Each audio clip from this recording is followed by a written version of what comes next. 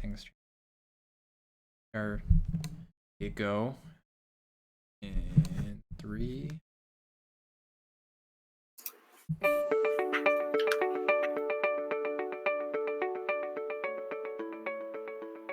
Yo, what is up, guys? Welcome back to Tag Team, the Pokemon Trading Card Games premier podcasting duo. My name is Riley Hulbert, joined as always by my phenomenal friend, Mr. JW Kriewall. JW, how's it going today? Hey, it's going pretty well, Riley. How are you? I am doing spectacular. Yeah? Yeah. Any news Um, to report? Nothing of particular note. I'm deep in a book right now, which has led to some late nights. So it's been kind of a tired week, but I'm getting my second dose vaccine tomorrow, which Ooh, is very exciting. let's go. So looking forward to that. Yeah, I'm just looking forward to getting to see people again. I'm getting a couple of weeks of remote work that they're letting us do. So Yeah. my plan is after a couple weeks after I'm vaccinated, like maybe taking a trip somewhere. Yeah? Where are you thinking? Maybe central/northeast Ohio? I mean, I'll probably swing through Ohio. We get 3 total weeks of remote work before June 1st. Okay. So I want to go to Ohio for at least a week total. Yeah. And then I want to go somewhere warm. It's like the weather's been so bizarre if you're like above Kentucky, where it's like it's snowing one day and it's warm the next. And it's like it Sure. feels like snow is just not appropriate anymore. So I kind of want to just go somewhere really warm, like I the felt like we beach. didn't have enough snow. Yeah, Yeah, I felt like we should have had more snow. in April. Well, no, just, January, February. Oh, I see. Yeah, I mean the time's passed though, so it's not like there's no We makeup shouldn't. points for this exam, like Dang. Dang. There's no makeup days for the School of Nature. no, no. So Dang. it's time. The time has passed. It's supposed to be warm now. It was really warm a couple weekends ago here, and it snowed today. So I want to go somewhere like the beach, and I'll take like maybe half days and work remote in the mornings and then afternoon chill on the beach. Doesn't that sound cool? I don't know. I mean, yeah, it sounds great. I used to do that. I would probably go down to Miami Beach about once a year, and Yeah, that's what I would do. We would work in the mornings, and then I'd just like go get a Slurpee, sit down on the yeah. beach, watch all the crazy people, Just and like take a half soak day, up the sun. and work in the mornings, and Yeah, especially with the pandemic, I have like a lot of days that are stockpiled right now, and you can only carry over so uh, many. yeah, that's true. Well, my big thing is that I just bought a Nintendo Switch, Yeah, there you go. and I know I'm a little late to the party, but man, this thing is cool. Yeah, what are you playing?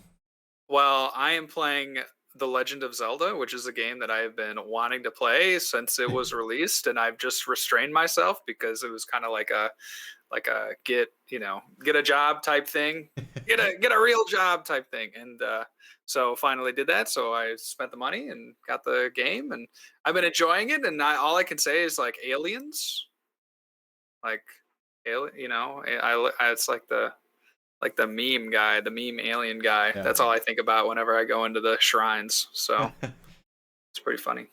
That's awesome. Yeah. Cool. So Well, it it's been a good time. sounds like things are on the up in the tag team verse. That's right. Definitely trending upward for sure. That's cool. Um, let's say though, JW, there's a lot of interesting things happening in the Pokeverse as well. So Um, many. the Chilling Rain set in the States is really starting to get in the nitty gritty of it. We got the full set basically Japanese now. So lots of cool stuff that's coming out of that. JW, is there anything like initially that sticks out at you? Well, I mean, obviously the Cali Rexes plural are very cool, but I feel like I'm hopeful for the format post post new set, but it doesn't seem like it's going to shake up the format like too much. Like it's not going to be like the only playable deck is going to come out of this set, which was a lot like we saw with Battle Styles, right? Where it just kind of shifted the format a little bit, gave a few new cards to some older archetypes, and added, the Rapid Strike Urshifu obviously is a pretty dominant force, but not the dominant force. There are so Right. many decks that you can play at any given tournament. So I kind of look at this new set in kind of the same light, where I'm not seeing anything that should just be wildly overpowered when you put it in the context of what we already have, and yet it should spice up the format in a way that we saw with battle styles that I'm really excited for. And that seems like the way to do it, right?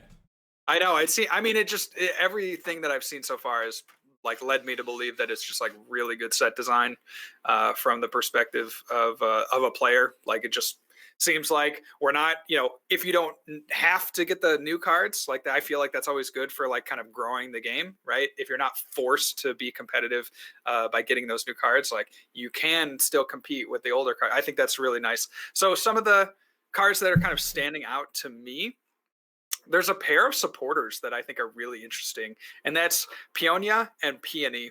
And these are supporters that we've seen somewhat in the past, but these are just kind of maybe a little bit more powerful than what we've seen in the past. So Peonia, choose up to 3 of your prize cards and put them into your hand, and then choose that same number of cards from your hand and put them as your prize cards face down. So something like a Gladion, which saw pretty regular play in particularly control decks, but Peonia seems certainly arguably better.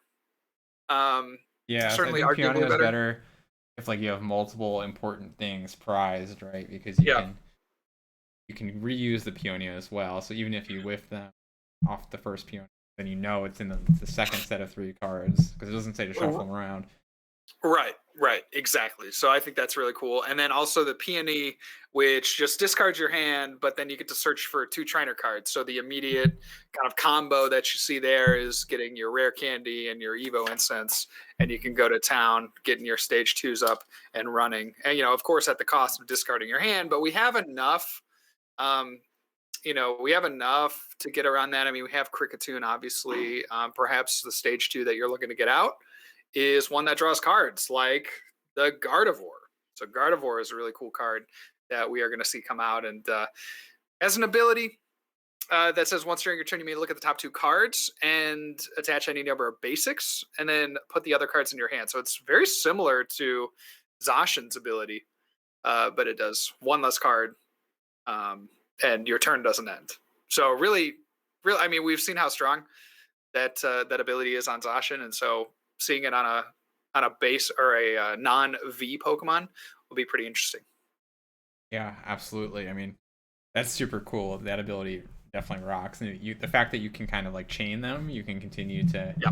use multiple Gardevoirs, and obviously that's like impossible with Zacian.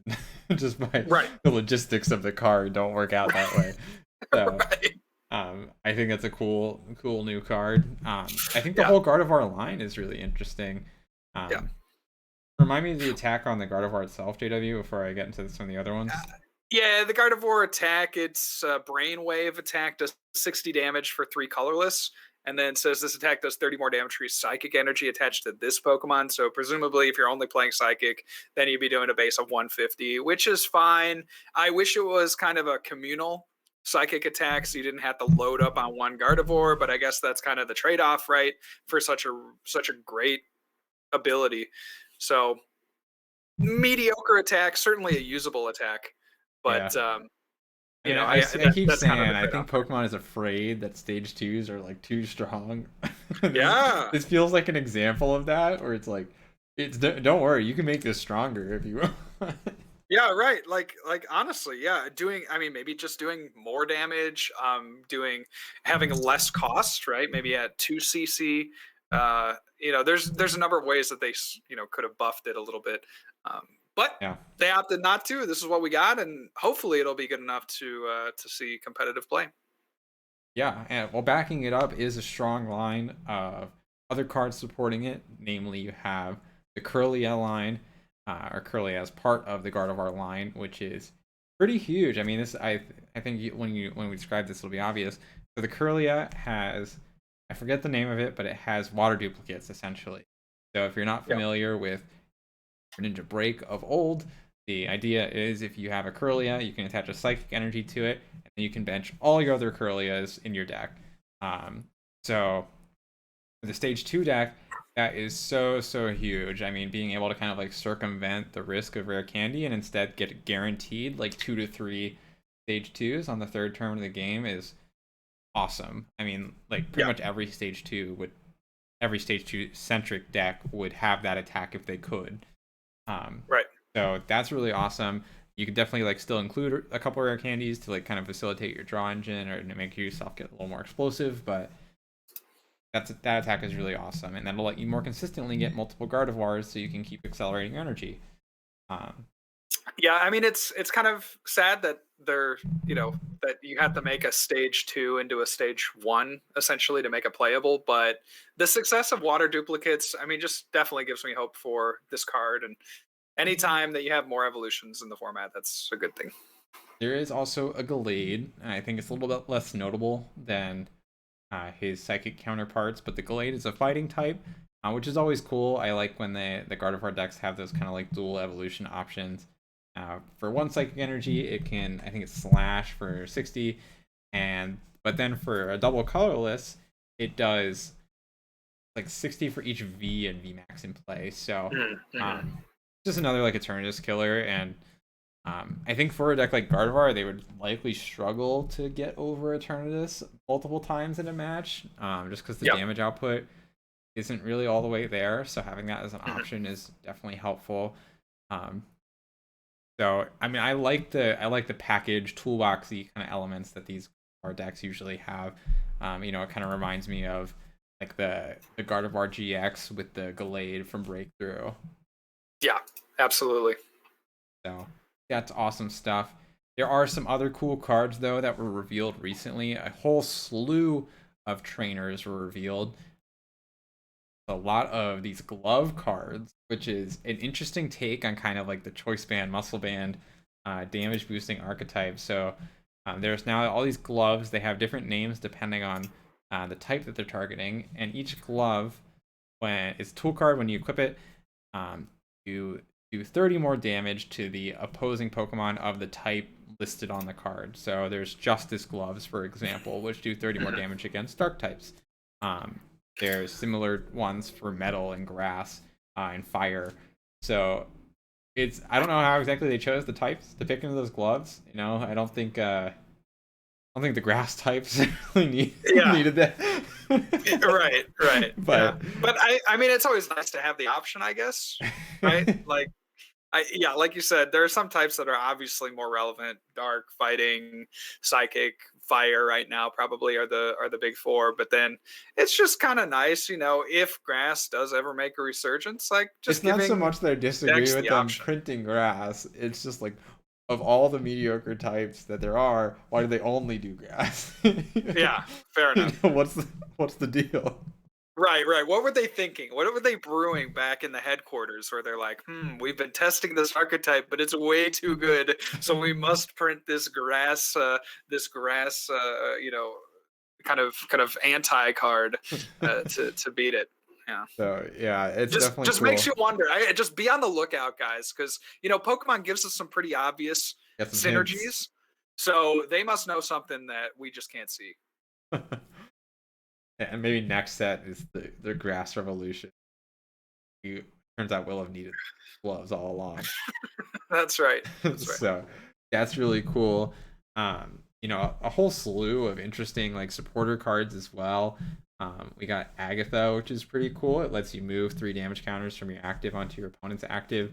I don't see that being played in a ton of decks, but I like those kind of tricky little cards. It reminds me of Grimsley. Um, but instead of moving damage from your opponent's Pokemon, you get it off of yours.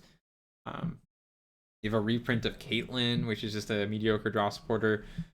Yeah, and let's talk about why it's a mediocre draw supporter, because I feel like I've seen a few people that are like, oh yeah, Caitlyn should be a good supplementary option for our decks. We really only have Research and Marnie right now, maybe Birdkeeper, maybe Cynthia and Caitlyn, but like, why is Caitlyn a bad, not even not a good supporter, but why is it a bad supporter? Yeah, that's a fair question, and I don't think it's always obvious. especially if you're not like accustomed to like card theory. Why Caitlyn isn't very good, but essentially, so just so we can all level set, what Caitlyn does is you put a number of cards that you choose onto the bottom of your deck, and then you draw that many cards back. Um, Now, if you are attuned to card theory, that might already like perturb you, because you're playing a supporter card and you're already losing a card in that trade. So you play Caitlyn or you play Cynthia. You Caitlyn. You play Caitlyn. I was stuck on Caitlyn and Cynthia, and then I went the wrong way on that. 50-50 choice, and you chose wrong. I took the wrong one. So you play Caitlyn. I almost did it again. You play Caitlyn. You put, say, 5 cards in the bottom of your deck, and then you draw 5 cards. But now you've lost the Caitlyn. So if you had a hand of 6 cards with a Caitlyn in it, you now have a hand of 6 cards without a Caitlyn. So you're losing a card, basically. And besides that, like, it's not really digging as hard as your other cards. So the only real use case where Caitlyn makes any sense is if there's some resource you're trying to preserve, but your hand is clogged. But it's almost like that situation should be rare enough and your deck should flow smoothly enough that you don't build your deck around that happening. You should build your deck to be like explosive and powerful. And what you'll find in most cases is like you almost don't even want to get rid of. You either want to get rid of like your whole hand and you'd rather have a research or a Marnie, or you only want to get rid of a couple cards and you'd still rather have a Marnie because it'll like dig better. Yeah, exactly. And another thing to mention, you were saying like, yeah, it's only maybe really good if you have that that card that you want to keep, but we already have maybe certainly a playable card in Oranguru that can just kind of keep that card on the top of your deck. Yeah, and if your deck is one that risks that happening, I would rather just play Oranguru and research. Right. Yeah, certainly more repeatable on that effect. And then this was a card reprint, like you said, just never saw play before. So if you have your hopes up about Caitlyn, it's the kind of card that, like, on its face, I think for like if you're just a card game player or maybe a board game player, it just seems like it should be good. But in the context of Pokemon, where we already have pretty insane draw, certainly compared to any other card game that I know of. I don't really know how Digimon works, but like certainly like in comparison to Magic, like we just have such card draw, such access to our deck that we don't really need to be diminishing the size of our hand. And then we can take it one step further too, Riley, is like there's a lot of hand disruption in Pokemon, again, compared to a lot of other card games. So the Marnies, the reset stamps, can be really detrimental, right? When you draw into a Caitlyn as your only supporter after a reset stamp to 3, right? So you can only maximum put up. That's another good point. So. Like even aside from hand disruption, is Caitlyn doesn't like get you out of low hand situations. It can only get you up to 1 card less than you currently have. It really gets like it's a supporter that gets worse the longer the game goes on, and I feel like that's not really the case with most supporters. Generally speaking, like it actively gets worse. If your opponent's going to hand disrupt you. So anyway, that's enough about Caitlyn. Just wanted to give that kind of aside to listeners. That was a cool little dive into kind of like the card theory. There's also a couple new Vs and VMAXs. Metagross making his appearance here. Metagross not looking too phenomenal, honestly. It's I don't know. I don't really have any commentary about. There is. It's kind of cool. Metagross is kind of cool because it you can get it out and search on the first turn if you have the Rapid Strike Mustard, and then you can Magnetic Adhesion. So that seems kind of cool. I guess so. Yeah, so just to give some context there, there's the Metagross VMAX has 2 attacks. The Metagross V is pretty much largely unremarkable. Metagross VMAX has 2 attacks. First one is Magnetic Adhesion for 1 metal. You can search your deck for 2 cards, put them in your hand. Kind of like a worse Obihan. And then you have Max Rush, where it does 100. And if you do it again, then I think it's 150 extra damage. Yeah, that's right. Yep, exactly. So do 100 the first turn, and then 250 from every subsequent turn, assuming that you don't switch out. Yeah, that's just like a mess of a card. Definitely is. We have like such good metal types that you don't need I mean, Metagross. it's definitely the kind of card that would sweep at a pre-release. You get one Metagross Oh, V, for one Metagross sure, V man. Max, dude, you're Yeah, and then done, you bro. search out all of your like your supporters, Yeah, and you're like, yeah, yeah, and then you're just doing 250 damage a turn for 2 energy. Like that seems so busted. yeah, that's true. That is definitely a pre-release king, right? Um, so the Metagross not super fantastic. There is a Blissey V, I think is actually really cool. So it Mhm. has a natural cure ability. When you attach an energy, you heal special conditions from it. And then its attack is, I think, Happy Blast. It's a Mhm. callback to an old Blissey card. And what it does is it does 10 damage plus 30 more for every energy attached to Blissey. And after you use it, though, you get to put 3 energy cards from your discard pile onto Blissey, which is insane. It like ramps up Yeah. so fast, and it has 250 health. That's a pretty tanky boy or girl, and it just rocks. And Sla- like I could even see there being sl- like weird niche combos where Yeah, like you accelerate a bunch of energy onto the Blissey and then do other stuff with them. sure. Like, are you saying like maybe you do it with like metal energy and then you have the Bronzong or Yeah, something? like something like that.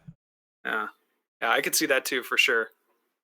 Yeah, it's like So, a recovery energy recovery option I like mean, that. it's certainly interesting. We still have Hyper Potion in the format, so maybe you put your energy and then you can heal 120 a turn or more, depending on what your opponent does. We obviously have Cape of Toughness that's in format, a fair number of healing options outside of that, with just like regular potions or Mallow and Lana and things like that. So maybe there's some kind of tank archetype that can. I'm a little worried about the damage output because it doesn't seem particularly good, but I certainly think Blissey V, like if you were to slot it into this current format, probably plays best with welder type decks, and then you can get a lot of energy in play, and then maybe like move it all to Heatrans or something to kind of close out the game. So I think it has a lot of use, Yeah, I think or it's a really certainly cool could, card. I certainly do could. really like the idea of like a bronze like deck is exactly the kind of thing I was thinking of, where you can just like throw it up, get a bunch of energy into play. It's pretty tanky.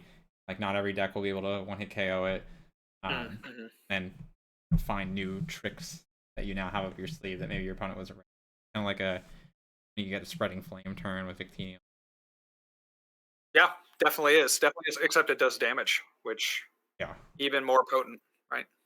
yeah, and then it can be like an end game. It's cool. I like it. Um, any other of the new cards that we haven't previously talked about that stick out to you, JW? Well, not particularly. We were talking a little bit before the cast. We were like, oh yeah, there's the Greedent, has that Brazen Tail ability that doesn't let energy cards get discarded, whether from Crushing Hammer and they actually doesn't let energy get put back into your hand. Um, so things like Team Yell Grunt just don't work on it. Basically, any energy disruption if you have the Greedent in play just doesn't work. I don't think Greedent is going to see play. Like, I don't know if you remember Riley. Well, you probably do, but that Carbink Of that course, had I the remember power, carving. that you had the Power Keeper Of or course, I whatever. I think remember carving. the Bink. Yeah. But yeah, that Bink was not really that widely played in that format that it was in, the formats that it was in. So I don't see a stage one with that similar ability being played. I don't know if you disagree or agree with that, but No, certainly an I think interesting I card to have. largely I'm happy we agree. have it, but I I think just I don't see it largely seeing play. agree. Um, you know, it's I don't really see it being played in a lot of decks. Like if you're just so critically worried about Crushing Hammer for whatever reason, it gives you a chance to not have to worry about it. But um, Crushing Hammer is also most potent in the opening of the game anyway, when like you have agreed. Sure. Yeah. Yeah. Absolutely. So yeah, I mean, there's lots of cool new cards coming out in this next set. There's also a whole slew of like alternate and full arts, and these cards are just gorgeous, Jada. I gotta say. Yep. So I don't want to go through every single one of those. If you want to check them out, go check out like Poke Guardian, where you can see all of these different arts in their glory. JW, I wanted to ask you though, which among these stands out to you most? Which among these is like your favorite of alter full arts? Like what I want to get, like the card that I really want. Yeah, the one you think is like super cool or sick or just like stands out to you in a meaningful way.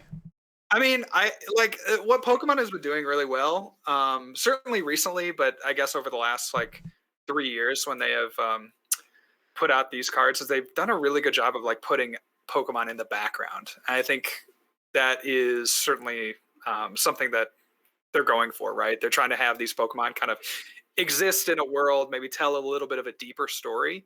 And so, yeah, with that in mind, I really have been enjoying the Calyrexes that have the Pokemon in it. I just think they're really cute, cool, really You're cute. talking about like the Uh, basic V's, Altards. yeah, Yeah, yeah, those exactly. those So ones are really really cool.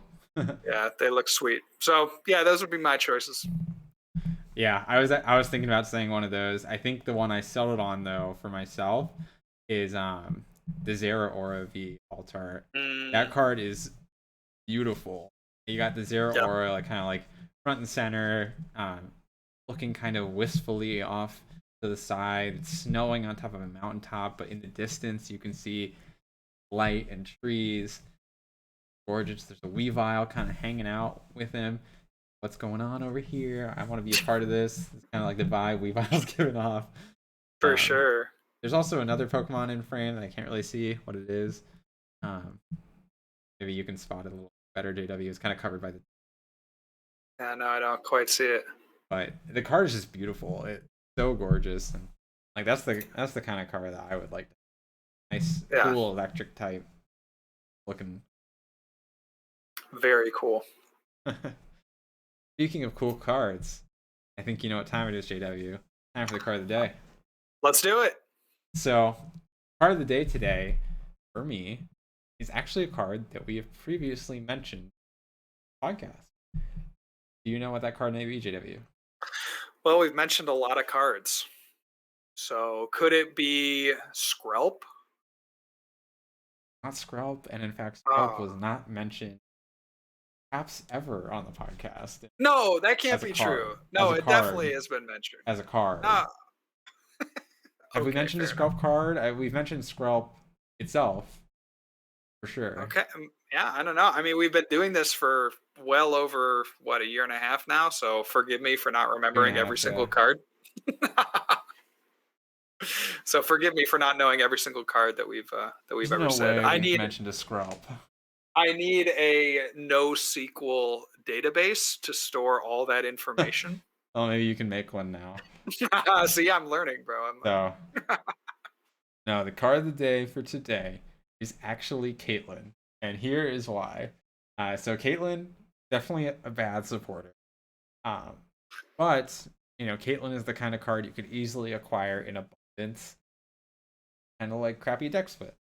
And so, many of you who've listened to the cast for a while may know I kind of got my start playing at my local league that I went to for VGC. I picked up various decks that they had pre-built and really found the game to be and a huge staple, and we made fun of my league leader for this for a long time, of all these decks is they played Caitlyn. All of them played Caitlyn. And my first experience with the cards was really playing the world championship deck. So like a lot of research, a lot of ends, so like really the cream of the crop of draw supporters. Sure. I have that anecdote that I'll keep mentioning on the podcast where I read research and I thought it was even a card. So going from that to Caitlyn felt kind of bad, and and Caitlyn opened up a lot of opportunities for these like kind of mediocre decks to dead draw against each other Sure. because it was just not an out. Caitlyn was not an out at all.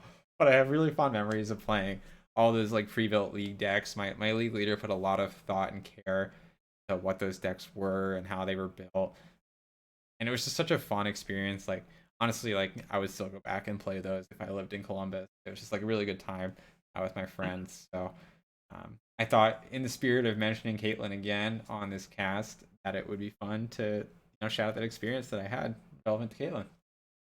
Well, that's awesome. Great card of the day. But speaking of cards, we're about to lose some. That's right. We got the announcement. At long last, I know we've been waiting, we've been begging, we've been pleading for Pokemon to tell us what is rotation. I cannot get it off of my mind. I need to know what I will be playing 6 months from now, and Pokemon has delivered at long last. We know, and we're safe, so we can start planning for 2022 rotation instead. So, Yeah. I mean, it's a great move, you know? I mean, what is their benefit to waiting until the last minute like every other year to announce the I rotation? mean, You know, you why not always just know. You always should know what it will be. w- well, I wouldn't say that. Outside There of a have couple of been weird years, you always know. yeah, but a couple of weird years is enough to throw doubt, right? Like I mean, I feel like usually when it goes from a set block, right? Like there's only, four sets of the previous block still in the format. Like that's very obvious, right? That they're going to rotate to, just one block of cards on. But, again, there have been weird years in the past, so you don't want to I think take since anything for X and granted. Y it's been pretty clear. I think since X and Y, as they have these like obvious like sub blocks within there. You have like the trait block, like a Pokemon blocks. You had like the dual, like a Sure. so you can usually kind of like break them out by mechanics. Another good example, ours pretty much every prison go and hit the dust. Regardless, though, they did announce the rotation, and like many people suspected, they are using the regulation codes on the bottom left of your cards. So if you're listening, don't know what I'm talking about, I would take out a card, one that's been printed since Sword and Shield. I'd pop that sucker in front of your face. And if you look towards the bottom left of that card, you will see, first off, you'll see the set symbol in the very bottom left. Just a little bit to the right there, you'll see a letter. Serious letter. It should be for an E if you pulled out a card as instructed. So what that means is we're basically taking Japan's system where they use the alphabet to kind of categorize the blocks of cards. So things that have been printed in the first block of Sword and Shield, those have that D regulation. And things that are printed a little bit later have that E regulation. And the thing that is important to note about those regulation symbols is it makes it a lot clearer what kind of reprints are allowed. So a good example of that I just have on my person right now is Boss's Orders. So the Boss's Mhm. Orders with Lysander still has that deregulation symbol, so you know it's going to stay in the format at the same time as the Boss's Orders from Rebel Clash. Um, so it's a really nice tool. It gives Pokemon more flexibility in terms of what cards they can print as well. So previously, it's been a huge thing where Japan will get these cool promos, but we don't have like a good way to slot them over into the US, or look at these cool reprints that we just don't have the capacity to like reprint in the same way. We Right. did the alternate RAs, but alternate RAs they didn't have as like parts of official sets. Their promos or Right. in like Shining Fates kind of sets. This gives Pokemon the flexibility, like, hey, they have this new Art of Marnie that just got released. Why don't we put that into a set, but give it the deregulation mark so it'll still rotate when expected? Um, Right. so it's awesome. It's good to see, and it adds a lot of clarity in how the game will work. So even if you weren't really clued in to how the rotation mechanics work in the past, you can very easily look at your collection moving forward and know what kind of cards you'll need. Yeah, absolutely. I think that was a really great summary of why those symbols matter. To be frank, I just view it as kind of something that is a teaching tool, helps kids, and parents of kids know like, okay, D and E, like that's what I can play, and oh, okay, I see that this card is an A, so now I can't play that. It's just very obvious, right, to say like, okay, here's what you can play, here's what you can't play, as opposed to trying to go through the set like you said, like trying to go through the set symbol. Like you just go, okay, what letter is it? I mean, Legal I or would say not? even It's beyond very that, binary. it adds a couple of extra layers too. Like first off, it lets you know what kind of is about to rotate, so you have a better sense of like what that'll look like.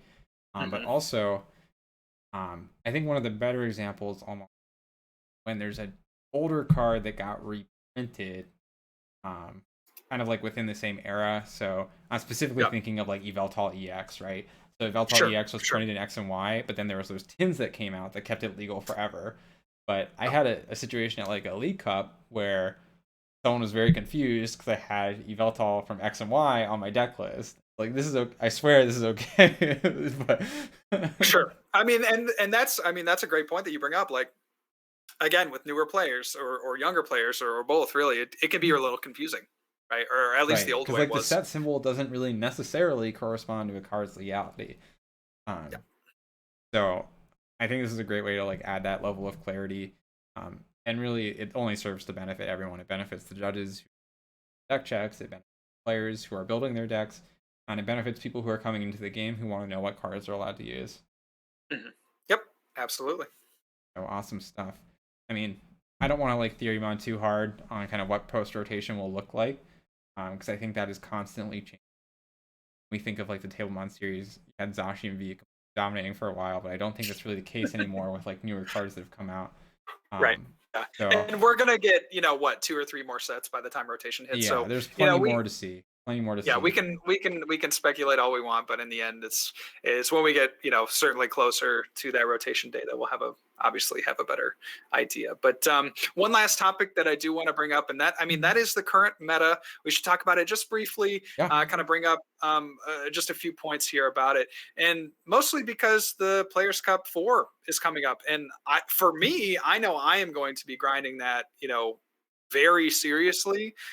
This is something with prize money on the line, so every tournament counts.